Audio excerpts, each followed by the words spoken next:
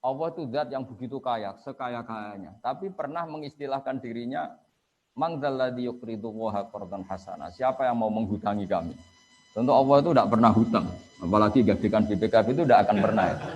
Tapi Allah mengistilahkan siapa yang mau meminjami kami? Itu sesuai hakikat. Harta kita milik Allah. Semua alam raya milik Allah. Ngapain Allah butuh pinjam? Ada lagi istilah intan surwaha yan surkum. Allah adalah al-ghaniyul mutlaq, zat yang sangat kaya. Tapi Allah mengistilahkan siapa mau menolong Allah. Padahal Allah tentu zat yang enggak butuh pertolongan.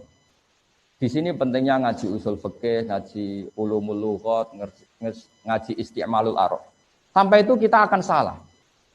Makanya saya setuju dengan peringatan Pak Sail akan bahaya sekali kita kalau nafsirkan Quran padahal kita tidak malian bil arabiyah, tidak kaya, tidak mutabakhir bil arabiyah. Meskipun kita pasti putus asa kalau ingin alim betul pasti sampai innalillahi wa inna ilaihi raji'un tadi. Tapi kita semua boleh berperasaan alim, bukan karena apa-apa. Karena sebagian ulama mengatakan karena az-zahir. Kebenaran agama ini itu azharu min samsi dzahira, lebih jelas ketimbang matahari di siang hari. Jika siapapun dia dengan segala keterbatasan, itu akan mudah sekali memahami agama ini. Ini barokahnya Allah bersifat az-zahir.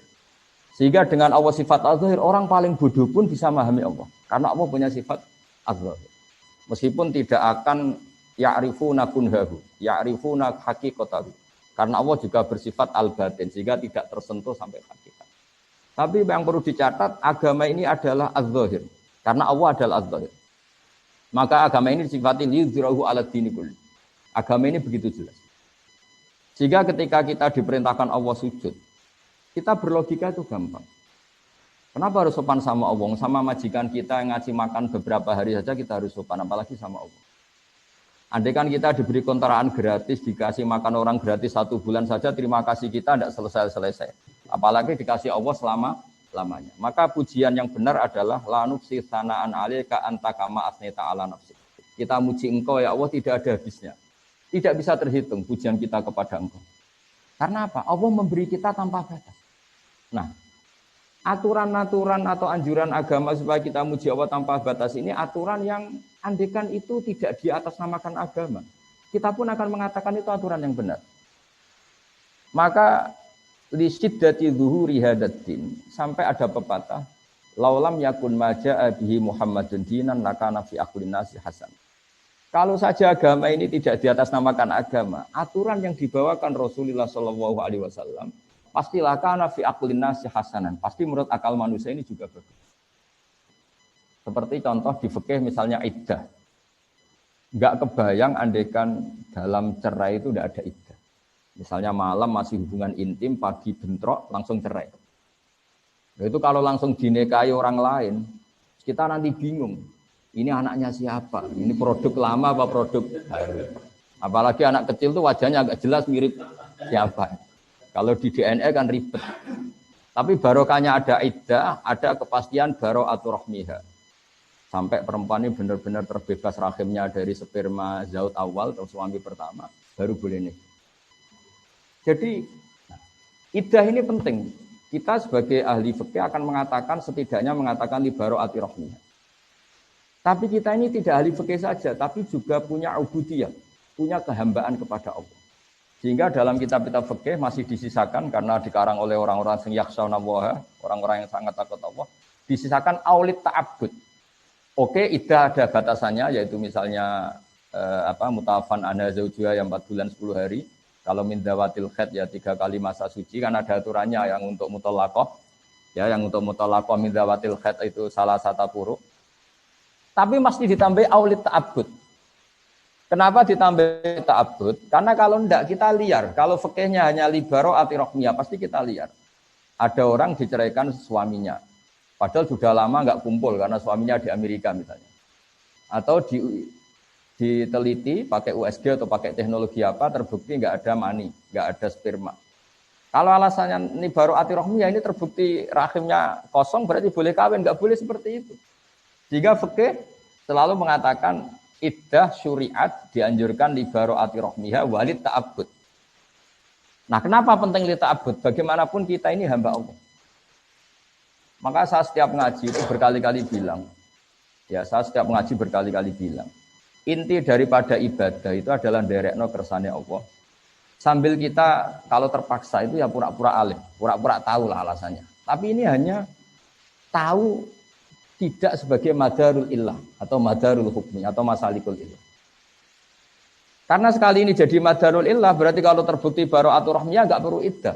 Itu enggak ada orang mengatakan demikian, ulama maksud saya. Harus ada lita'abbud.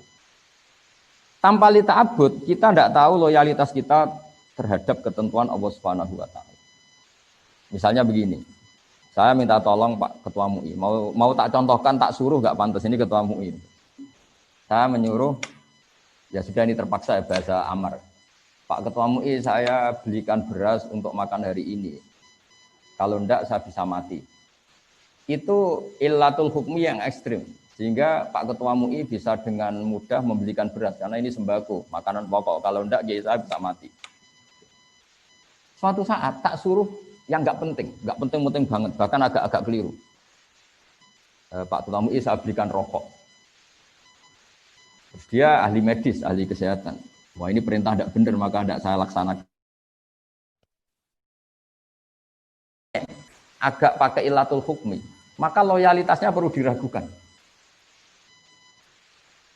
Atau saya suruh mindah gelas yang nggak penting. Coba gelas yang dari kanan agak geser sedikit ke kiri. Pentingnya apa, urgensinya apa, terus tidak nurut. Meskipun yang saya perintahkan itu tidak nurut dalam hal sepele, tapi saya akan menvonis orang itu bahwa tidak loyal. Nah, di sini pentingnya aulit ta'abbud. Meskipun sudah jelas bara'atul rahmi, kita tetap nderekno Allah ada iddah karena pokoknya nderekno kersane Allah.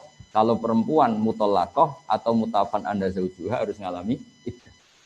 Sehingga ini pentingnya benar yang dikatakan Pak Said tadi. Di antara sekian syarat al-usuli adalah mimman yattaqillah.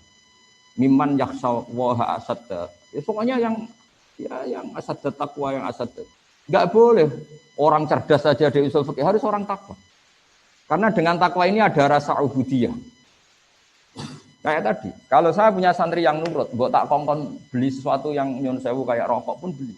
Meskipun saya tidak mensyaratkan rokok. Karena butuhnya nurut. Maka saya berkali-kali cerita dulu guru-guru kita sampai Imam Syafi'i itu. Dulu diajarin Imam Malik, diajarin guru-gurunya. Kalau kamu punya budak, punya abad kalau dulu. Iqla' hadhihi sokhra, fa inna tahtaha dhahaban. Yang satu, iqla' hadhihi sokhra. Jadi yang agak rasional diberitahu, iqla' hadhihi sokhra. Lima daya sayyidi, li anna tahtaha dhahaban. Karena di bawahnya ada emas. Dia membongkar batu besar itu karena berkeyakinan di bawahnya ada emas. Pertanyaannya, loyalitasnya dia melakukan perintah itu karena logika ada emas apa karena perintah? Kalau karena ada emas ini bahaya betul. Suatu saat diperintahkan lagi, iqla' hadhihi sokhra. Memangnya ada apa? Ya enggak ada apa-apanya. Ngapain dibongkar? Padahal majikannya sedang uji loyalitas, bukan sedang mencari emas. Nah, di sini selalu kita butuh di balik alasan illatul hukmi selalu ada ubudiyah. Dan itu yang dikatakan Pak Said tadi, di antara syarat sekian mustahil adalah harus takwa. Ya, barokahnya takwa ini bisa improvisasi terus. Selain cerdas ya, takwa atau tidak cerdas itu ya ruwet. Makanya dulu agama ini semua nabi pasti bersyarat selain sidik, amanah juga harus fatonah. Kalau fatonah tok tidak sidik, ngakali orang terus ya, orang mulai. Tapi kalau amanah tok tidak fatonah, diakali orang terus. Ini kan ribet.